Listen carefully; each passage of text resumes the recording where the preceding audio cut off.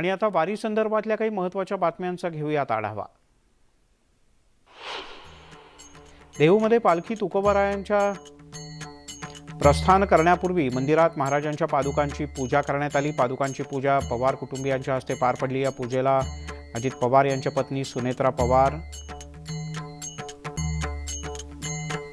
तसंच आमदार रोहित पवार हे उपस्थित होते। राज्यामध्ये चांगला पाऊस पडावा यासाठी धावा केल्याचं रोहित पवार यांनी म्हटलं।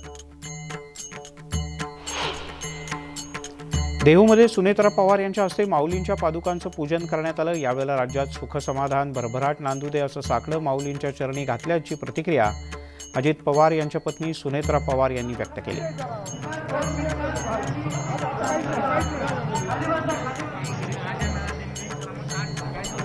जगद्गुरू संत तुकाराम महाराज यांच्या पालखी सोहळ्याच्या साठी पादुका मोठ्या भक्तिमय वातावरणात मंदिराच्या मुख्य सभागृहात नेण्यात आल्या। यावेळेला संत तुकोबारायांच्या नावाचा एकच जयघोष करण्यात आला।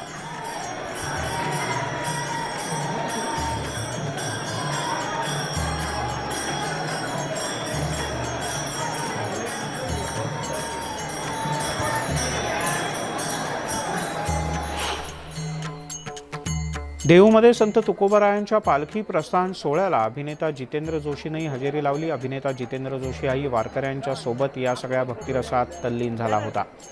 यावेळेला जितेंद्र जोशीनं वारीच्या संदर्भातल्या आपल्या काही आठवणींना उजाळा सुद्धा दिला।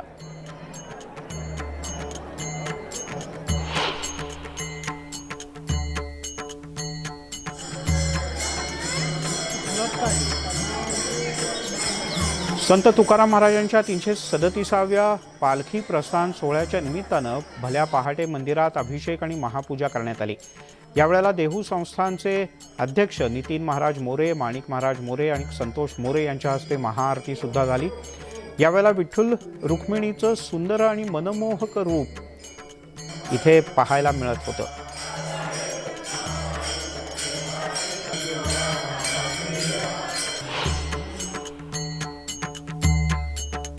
जगद्गुरू संत तुकाराम महाराज यांच्या पालखीचं प्रस्थान आज झालं। संत तुकाराम महाराज इथल्या मंदिरामध्ये कीर्तन करताना एक वेगळं चैतन्य आज पाहायला मिळत होतं। स्वतः तुकोबाराय ज्या वेळेला कीर्तन करायचे त्यावेळेला अतिशय उत्तम टाळ वाजवायचे। वैकुंठ गमनाच्या आधी तुकाराम महाराजांनी आपले टाळ आणि चिपळ्या या गावात ठेवल्या होत्या। त्या गावात त्या दगडाच्या टाळांचे हे एक्सक्लुझिव्ह दृश्य तुम्ही पाहता आहात।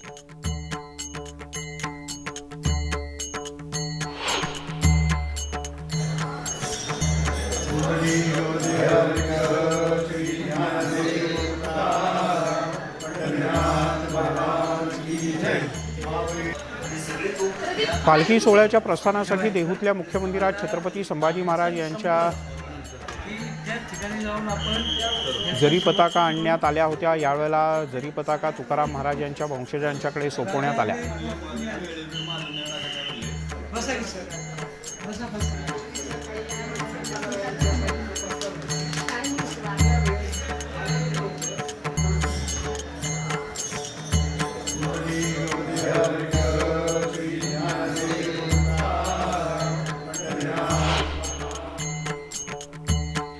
संत तुकाराम महाराजांच्या पादुका गेल्या अनेक वर्षांपासून घोडेकर सराफांच्याकडून पॉलिश करून घेतल्या जातात। घोडेकर सराफांची 7वी पिढी आहे। पादुकांचं पॉलिश आणि पादुकांचं पूजन घोडेकर सराफ यांच्या घरी केलं जातं।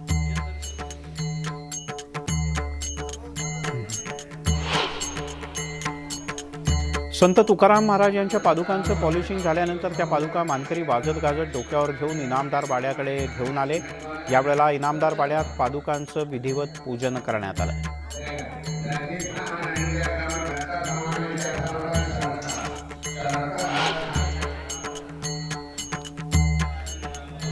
संत तुकाराम महाराजांच्या पादुकांचं पूजन आणि देहूतल्या इनामदार वाड्यात आरती करण्यात आली। आरती करताना सर्व भाविक अतिशय तल्लीन झाल्याचं पाहायला मिळालं।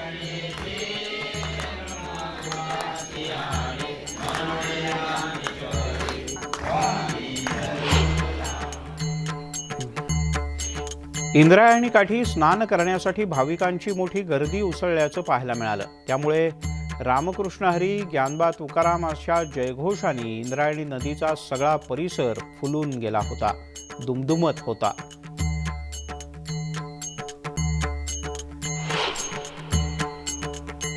तिकडे देहूमध्ये अभिषेक आणि महापूजा आरती झाल्यानंतर सोलापुरात दिंडीतील अश्वानं मंदिर प्रदक्षिणा घातल्या। अश्वप्रदक्षिणा पूर्ण करत असताना अनेक वारकरी या अश्वाच्या सोबत प्रदक्षिणा पूर्ण करताना दिसले। यावेळेला वारकऱ्यांनी टाळ मृदुंगाचा एकच गजर केला।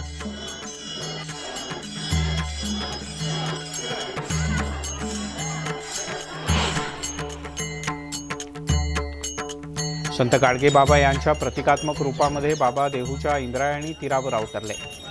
अर्धा जून महिना संपला तरी पेरण्या करण्यासारखा पाऊस पडलेला नाही, त्यामुळे पाऊस लवकर पडावा यासाठी या गाडगे बाबांनी इंद्रायणी काठी उभं राहून मेघ बरसू दे अशी आर्तसाद पांडुरंगाला घातली।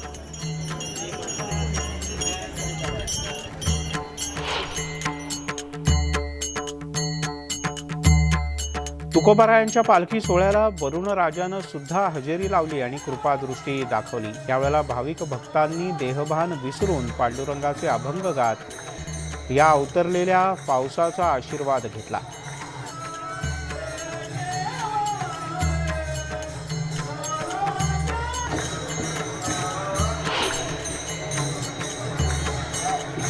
देहूमध्ये लाखो वैष्णवांचा मेळा जमला। पालखी प्रस्थानाच्या निमित्तानं वासुदेव सुद्धा देहूत दाखल झाले। सगळ्यांना निरोगी आरोग्य लाभू दे असं साकडं पांडुरंगाला वासुदेवाच्या वतीनं घालण्यात आलं।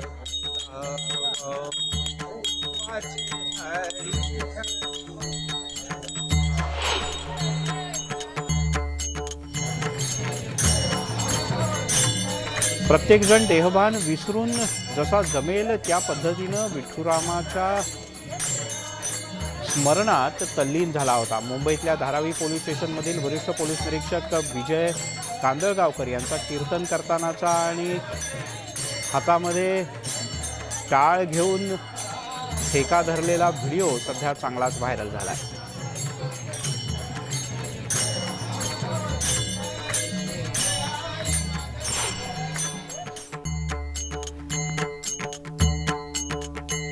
अनेक लोक गेली कित्येक वर्ष वारीसाठी जात असतात। असेच एक चव्हाण दाम्पत्य गेली 15 वर्ष जोडीनं वारी करताय। भगवान दादा चव्हाण आणि सुमनताई चव्हाण अशी या दोघांची नावं आहेत। दोघंही गेली 15 वर्ष न चुकता वारी करतात।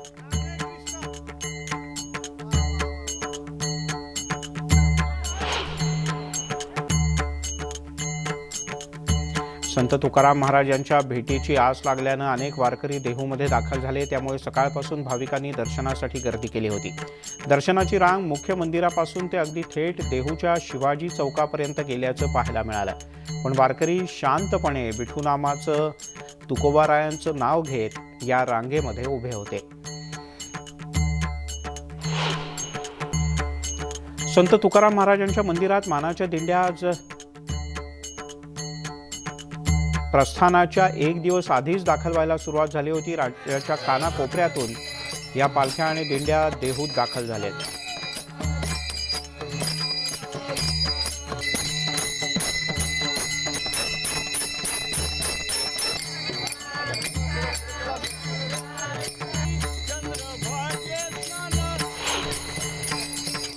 ज्ञानोबा तुकाराम आणि रामकृष्ण हरीच्या जयघोषात देहू नगरी नाहून निघाली आहे। येणारा प्रत्येक जण देहभान विसरून या गजरात तल्लीन झाल्याचं पाहायला मिळतंय। देहू मंदिर परिसरात बंदोबस्तात असलेल्या पोलिसांनाही फुगड्या घालण्याचा मोह आवरला नाही।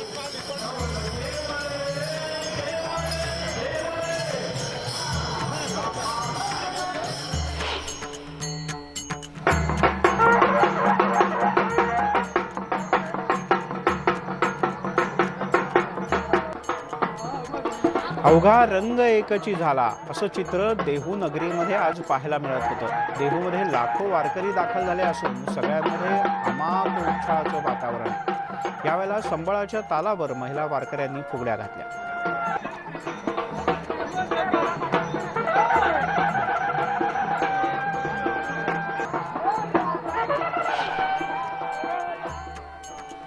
जगद्गुरू संत तुकाराम महाराजांच्या पालखी प्रस्थानासाठी राज्याच्या कानाकोपऱ्यातून भक्त दाखल झालेत। संबळ वादकांनी या सोहळ्यात जोरदार सहभाग घेतला। गेली 25 वर्ष आपण देवाची या पद्धतीने सेवा करतो, त्यातून अपार आनंद मिळतो असं या संबळ वादकाचं म्हणणं होतं।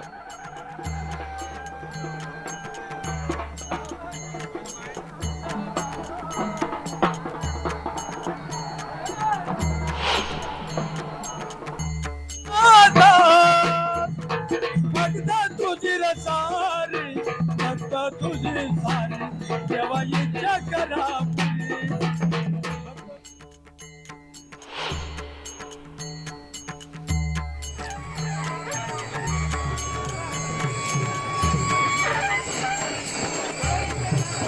देहूत वैष्णवांचा मेळा जमलाय।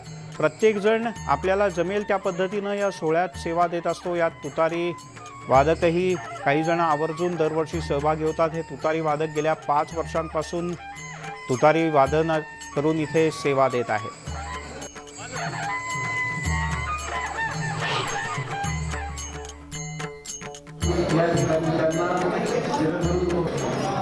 संत तुकाराम महाराजांवरील एक जीवनचरित्रात्मक कादंबरीचं प्रकाशन आज देहूनगरीत पार पडलं। आकाशा एवढा असं या कादंबरीचं नाव आहे। ओघवत्या भाषेत तुकोबारायांचं आयुष्य या कादंबरीच्या माध्यमातून मांडण्यात आलंय। या कादंबरीचं लिखाण संत तुकाराम महाराजांचे विद्यमान 10वे वंशज हरिभक्तपरायण संभाजी महाराज मोरे देहूकर यांनी केलं आहे।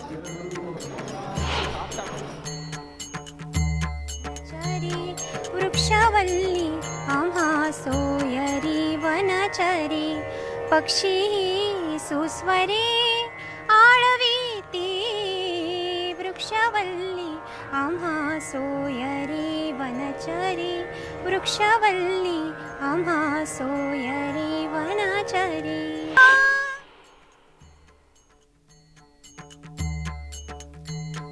आषाढी वारी सोहळ्यासाठी देहू आळंदीत असंख्य वारकरी दाखल झाले। त्यामुळे दुपारच्या वेळेत वारकरी आपल्या राहुट्यांमध्ये काही काळ विश्रांती घेतात। जवळपास 300 किलोमीटर पायी चालत वारी करणाऱ्या वारकरी पूर्ण वेळ आपल्या राहुट्यांमध्ये देहूमध्ये असताना आराम करणं पसंत करतात।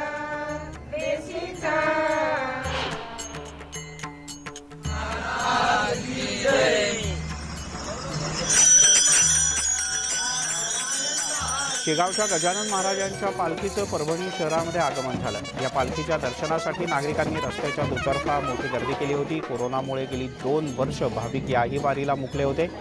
पालखीच्या दर्शनासाठी भाविकांनी शहरात सर्व प्रमुख रस्त्यांवर गर्दी केली। ही पालखी आज परभणीत मुक्काम करेल आणि उद्या इथून प्रस्थान ठेवेल।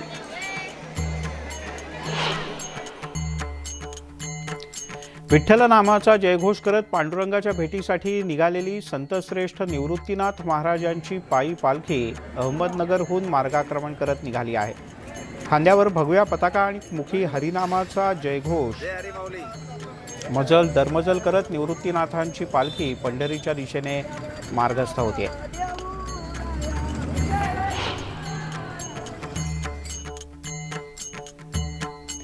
आळंदीमध्ये येणाऱ्या वारकऱ्यांच्या सुरक्षेसाठी विशेष काळजी घेण्यात आली आहे। पाऊस वाढल्यानं इंद्रायणी नदीच्या पाण्याच्या पातळीत वाढ होण्याची शक्यता आहे। त्यामुळे एनडीआरएफची 2 पथकं नदीच्या काठी सध्या तैनात आहेत।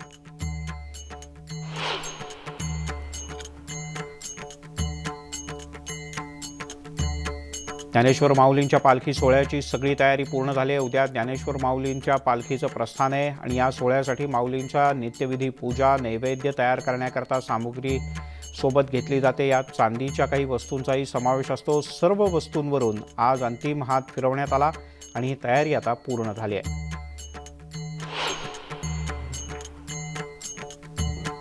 उद्या संत ज्ञानेश्वर महाराजांच्या पालखीचं प्रस्थान पंढरपूरकडे होणार आहे। त्यामुळे पंढरपुरातील भाविक गुरु राऊत यांनी श्री संत ज्ञानेश्वर महाराजांची प्रतिमा केसामध्ये साकारली आहे।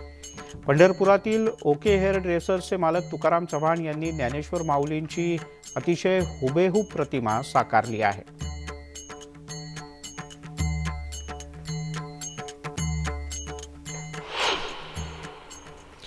तुकाराम महाराजांच्या पालखी सोहळ्यात पालखीचं प्रस्थान झालंय। यासाठी मानाच्या पालख्या देहूनगरीमध्ये सकाळपासूनच दाखल झाल्या होत्या। कोरोनानंतर पहिल्यांदाच वारी सोहळ्यामध्ये शेकडो वारकरी सहभागी झाल्याचं पाहायला मिळतंय। थेट जाऊयात, विशाल परदेशी आपले प्रतिनिधी देहूनगरीमध्ये सध्या उपस्थित आहेत। विशाल, 2 वर्षाने एकतर वारी होतीये आणि आज ज्या पद्धतीनं भक्तांचा सोहळा आणि जबरदस्त उत्साह पाहायला मिळत होता, काय सांगशील? समोर उभं राहून काय चैतन्य जाणवत होतं? चैतन्य भरभरून आहे रामकृष्ण हरी मिलिंद माऊली. आणि माऊली असं आहे ते चैतन्य नेमकं कशा पद्धतीने व्यक्त होत आहे मी फार काही शब्दांमधून व्यक्त करण्यापेक्षा थेट मी दृश्य दाखवतो. साधारण आपण जर पाहिलं तर तासाभरापूर्वी पालखी जी आहे ती मंदिरात म्हणजे मंदिराच्या सभामंडपातून बाहेर पडली आणि आता मंदिर प्रदक्षिणा जी ती पूर्ण केली जाते आणि आता पालखी येऊन पोहोचलेली आहे जगद्गुरू श्री संत तुकाराम महाराज शिळा मंदिरापर्यंत. या शिळा मंदिराच्या इथे विशेष थांबा जो आहे तो घेतला जातो आणि यंदा वारकऱ्यांनी ठरवून हा थांबा घ्यावा अशी विनंती केलेली होती, तशी अपेक्षा त्यांनी व्यक्त केली होती. अर्थात याचं कारणही कसं आहे 2 वर्ष वारी होऊ शकली नाही. वारी जी आहे ती म्हणजे पालखी जी ती बसच्या माध्यमातून थेट पंढरपूरपर्यंत वेगाने पोहोचली ती एका दिवसात म्हणजे आषाढी एकादशीच्या आदल्या दिवशी. पण आता जर जायचंय संतांबरोबर देवाला भेटायला तर वाजत गाजत जाऊया ही भावना व्यक्त करत आता साधारण 1.5-2 तास का होईना ही प्रदक्षिणा पूर्ण करायला वेळ लागला तरी चालेल अशी भावना व्यक्त करत निवांतपणे ही प्रदक्षिणा जी आहे ती पूर्ण केली जाते. प्रत्येकाला या पालखीला आपल्या खांद्यावर घ्यायचंय आणि या ही जी वैष्णवाची पताका आहे ती नाचवत पुढे जायचंय हीच भावना आणि हा भक्तिभाव मनामध्ये ठेवून प्रत्येकजण आता या ज्ञानपीठाकडनं योगपीठाकडे चाललेलं आहे. म्हणजे ज्ञानपीठ म्हणजे अर्थात जिथं ज्ञानियाचा राजा किंवा जगद्गुरू श्री संत तुकाराम महाराज यांचं वास्तव्य राहिलं ते ज्ञानपीठ आणि योगपीठ म्हणजे जिथे भक्ताच्या हाकेवर म्हणजे भक्त पुंडलिकाच्या हाकेवरती थेट पांडुरंगाला धावत तिथे यावं लागलं आणि गेली 28 युगे त्याला विटेवरती उभं राहावं लागलं आणि तो अजूनही उभा आहे केवळ भक्तांसाठी. त्यामुळे हा ज्ञानपीठ ते योगपीठ आणि त्यानंतर या दोघांचं मिलन झाल्यानंतर प्रेमपीठाची भावना जी आहे किंवा हा प्रेमाचा सूर किंवा प्रेमाची धार अनुभवण्यासाठी म्हणून हे सगळे वारकरी जे ते आता निघालेले आहेत. त्याच्यामुळे हळूहळू करून ही प्रदक्षिणा जी आहे देहू मंदिरातली ती पूर्ण केली जाते. शिळा मंदिरामध्ये विशेष दर्शन घेतलं जातं, तिथे विशेष थांबा असतो, टाळ मृदुंगाचा एकच गजर होतो, पावल्या ज्या त्या खेळल्या जातात आणि याच खेळाच्या माध्यमातून म्हणजे अशी भावना आहे नेमकी वारकऱ्यांची की देवाला कसं न्यावं तर वैष्णवाची ही पताका हाती ठेवून ती जमिनीवरती आडवी न करता थेट उभी ठेवून ती पताका हवेत फडकवत ठेवत कारण त्यातनंच आपल्याला सगळ्यांना ऊर्जा मिळते. ती ऊर्जा घेऊन देवाला वाजत गाजत नाचत पंढरपुरापर्यंत न्यावं अशी ही सगळी भावना आहे आणि तीच भावना अगदी दुपटीने त्यातली स्पंदनं त्यातली ऊर्जा पंढरपूरपर्यंत भिडावी असा हा टाळ मृदुंगाचा गजर होतोय. तुतारी जी ती या ठिकाणी वाजताना आपल्याला दिसते. त्याच्यामुळे एकूणच वैष्णवांचा हा सगळा मेळा जो आहे मिलित तो हळूहळू पुढे सरकताना दिसतोय. आपण जर पाहिलं तर श्री क्षेत्र भंडारा डोंगरची दिंडी जी आहे ती देखील या सगळ्या पालखीच्या पुढे चालताना दिसते. शिस्त असते वारीमध्ये, प्रत्येक दिंडीचा एक क्रमांक असतो आणि तो क्रमांक लक्षात ठेवूनच त्यानुसारच खरं तर पालखी जी आहे ती पुढे जात असते. काही मानाच्या दिंड्या पुढे असतात, काही मानाच्या दिंड्या मागे असतात आणि अशा प्रकारे सेवाभाव व्यक्त करत हव्या त्या स्वरूपात आपली सेवा जी आहे म्हणजे ती सेवा कुठली असो ती सेवा माऊलींच्या पायाशी रुजू करत सगळे वारकरी जे आहेत ते आता पंढरपूरच्या दिशेने निघालेले आहेत. हा सोहळा भूतो ना भविष्यती असावा अशी भावना प्रत्येकाच्या चेहऱ्यावरती दिसून येते. मिलिंद संतश्रेष्ठ तुकाराम महाराज यांच्या पालखीचं प्रस्थान झालं. या सोहळ्यासाठी लाखो भाविक देहू नगरीमध्ये कालपासूनच दाखल झाले होते आणि आज प्रस्थानाच्या वेळेला तर या सगळ्या उत्साहाचा वारकऱ्यांच्या उत्साहाचा कळस पाहायला मिळाला.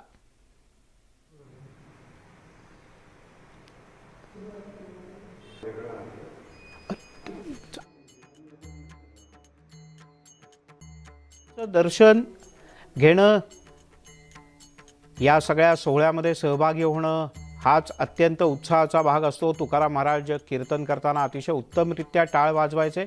वैकुंठ गमनाच्या आधी तुकाराम महाराजांनी आपले टाळ चिखली इथल्या एका गावात टाकले होते आणि तेच हे दगडाचे टाळ असून त्याची ही एक्सक्लुझिव्ह दृश्य तुम्ही न्यूज 18 लोकमतवर पाहता आहात.